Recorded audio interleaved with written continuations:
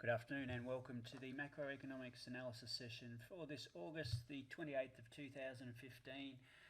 Once again, sitting alongside me is Jeff Safar. Jeff, how are you?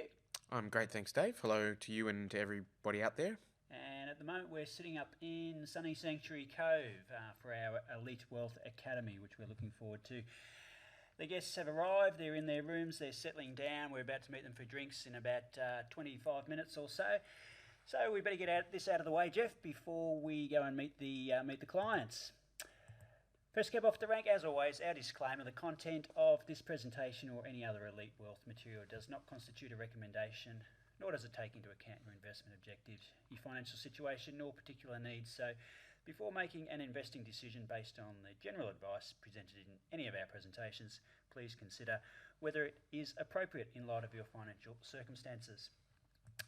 Busy week on the markets, Jeff. There, a terrific cartoon. I had a look at this the other day. It was actually a clip by Rod Nicholson, I think, is the cartoonist, dated the 11th of July earlier in this year, and it's got the little mouse there, which was Greece, which is very topical at that point of time. We've got the big scary elephant there, which was China, and in the background, underneath the elephant's posterior, is Australia, and it's almost come to fruition in a way, Jeff. I'm not too sure that it was Greece that scared China, or whether it was something to do with their amount of leverage in the markets or whatever, but certainly we've seen a bit of an impact caused, I guess, by rumblings within China right around the global market. So let's have a bit of a look at the week in review, Jeff, and see if we can make head or tail of it.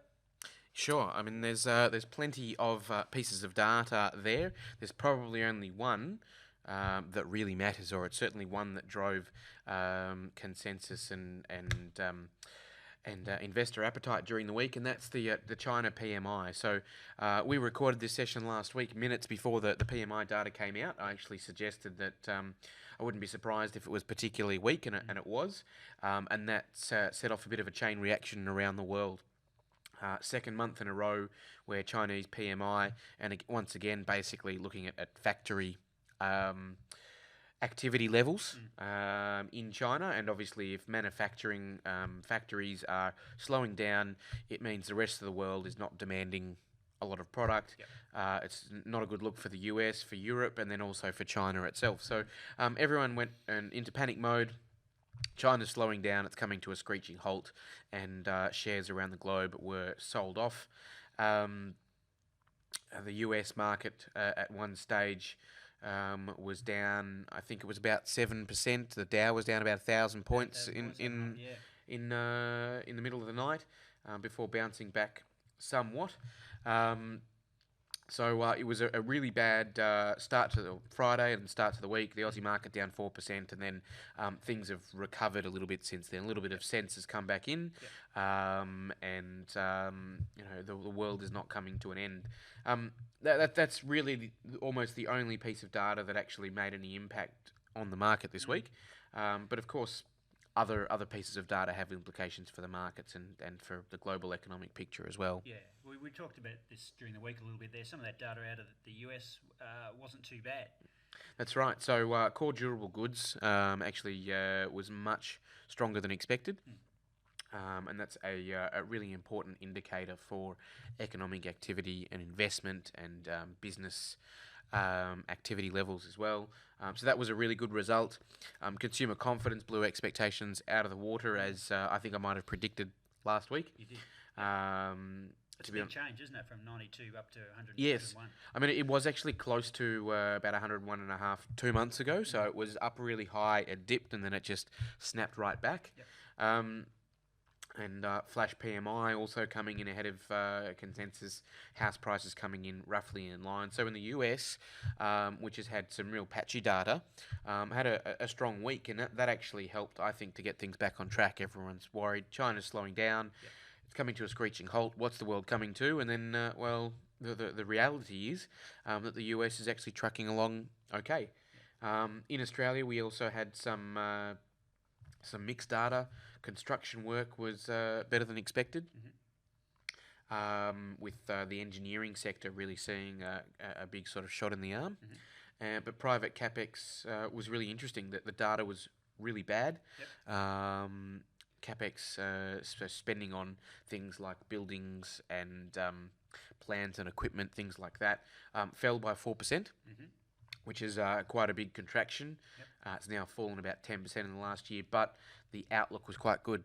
So the forecast for FY16 was about 10% higher than the previous forecast. So the rearview mirror looks pretty bleak.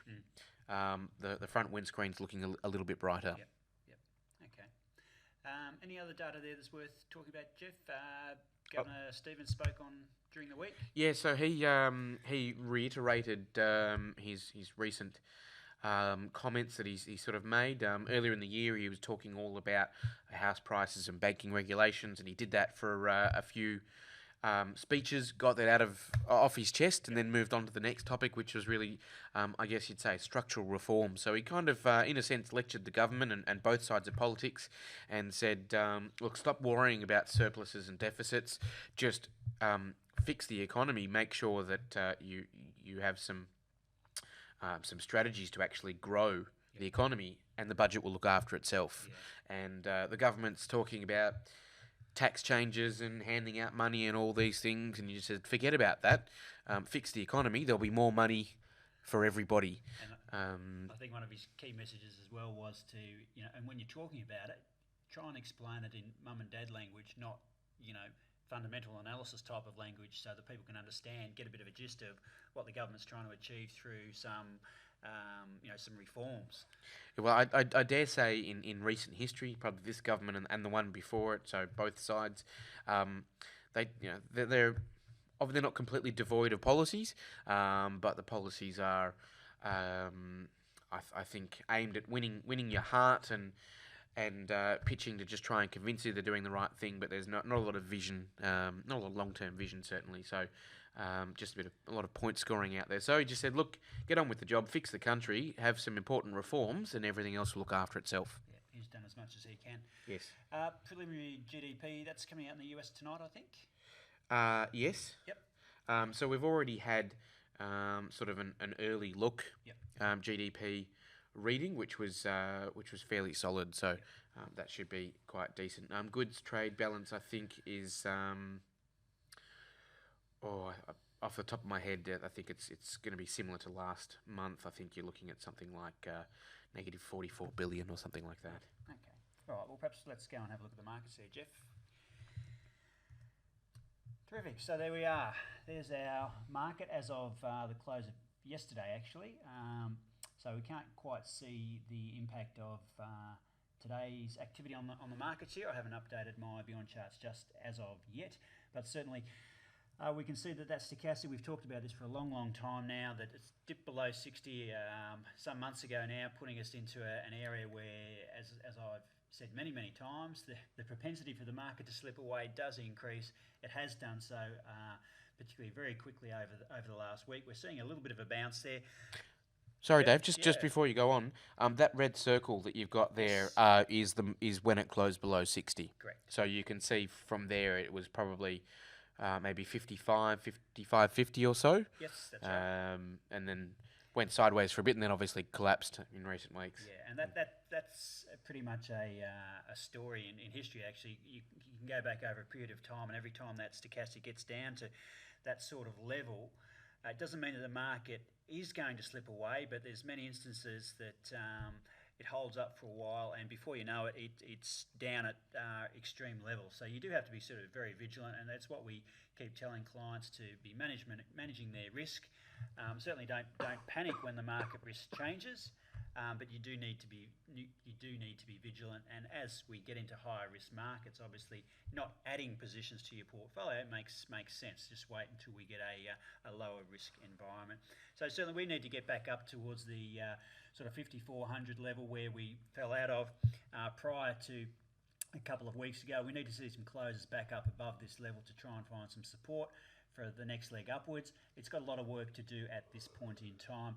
A quick look just at the US market. We were talking last week, Jeff. I was just gesticulating about the Davis box, basically what I like to call it, this broad ranging sort of market, that if we were to fall out of this box and we closed right at the bottom corner of it. If we were to fall out, then it opened up a move pretty much the width of the box to the downward side, and it almost moved the width of the box first thing on Monday, I think it was, or it might have been Friday night. So certainly opened up the path to a significant downwards movement. Since then, we've bounced. Typically what sort of happens when we move out of these ranging areas or any level of support gives way, we tend to get a rally back up to those particular levels. So it's really important that our market, the US market over the next little while, certainly if not closing above this sort of 460 on the S&P 1500, if not closing above there, hopefully getting higher back up towards the bottom edge of the box. Typically, once we do get a bit of a rebound, it's not uncommon to see a bit of a turnaround and a movement to the downside. So we'll just wait and see. For the time being, we are in very high risk at this point in time. It'll stay like that probably for the next few sessions at the very least. So we'll just have to wait and see what pans out. And again, that once you mentioned that sort of 60 falling through 60, that warning level. That's right. Just a couple of weeks ago. Yeah, and it's interesting because we're at the 60 level, even though we were still in this broad sideways moving market. So that's basically what we call a level of divergence between the indicator moving to the downward side and price actually really remaining within a band going sideways. We might go back to the slides and have a look at what's come out for next week there, Jeff. Okay, so we'll say goodbye to the elephant next week. As the first Tuesday of each month, Jeff, the RBA comes out with its cash rate and policy statement, etc. on Tuesday. I would hazard as a guess that there's going to be no change next week, Jeff. I think that's fair to say. I mean, what's actually interesting is that with the recent sort of market panic, there's been a little bit of chatter that maybe the RBA might have to act and cut rates to kick things off. The RBA doesn't really sort of react like that. They're looking at bigger picture, longer term inflation, unemployment forecasts, so it's very unlikely that they'll do anything. About a week ago, there was the market had actually priced in about a 20-25% chance of a rate cut, thinking, all this surely they're going to come and save the party. Obviously, the market's bounced the last few days. Things have calmed down, and that's so we're currently 90, according to the markets, 90% chance on hold, 10% chance of a cut. I'd say it'd be probably about 95 and 5 sort of thing. And I think that's what that was the sort of thing that was happening in the US for a long time under Greenspan, that whenever there was any little sign of hiccups in the markets, that he would just ratchet down interest rates a little bit. They called it the Greenspan put. A put is an option that when prices fall, you sort of make money, and there was that history. Obviously, a bit of a panic, cut interest rates, and you start sort of propping things up and making money again. But I don't think Glenn Stevens doesn't work like that. No, it doesn't sound like the character who would do that. No. So that's of the big one in Australia next week as well. Obviously, GDP data. I think we'll be looking at GDP growth of about 2.2%. We're probably going to be stuck at those levels for quite some time. I think it'll be a while before we get back to growth with a 3 in front of it. In the US, manufacturing PMI is expected to remain sort of steady. Trade balance as well. I think about that was the number I was thinking of earlier. It was probably coming out at about 44 billion deficit.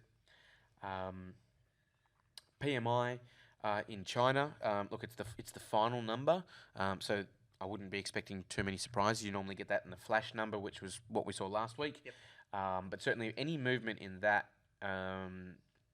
I don't think there would be much movement, but if there is, if that's anywhere much higher or lower than 47.1, the markets will react very strongly to that. So if there's another below 47.1, it'll show the last week things have slowed down even more, and I think the market could go into a bit of a panic again. Above 47.1, and the market will breathe a sigh of relief and probably buy up shares again. They're the big items for next week. That's probably what you need to watch out for the most. Okay, fantastic. Well, it's a good wrap up of the week ahead and the week in review. This Monday morning, I will do my best to record a session for the weekly analysis, session for the Elite Traders Club. Depending on time commitments and presentations timeframes up here at the Academy. It may be a slim chance that it may be live, but if not, I'll certainly get a session recorded. The watch list will most definitely be uploaded in any case. So from the Sanctuary Cove, that's it from me. And it from me too. Enjoy your week, and we will catch up with you next week. Bye for now.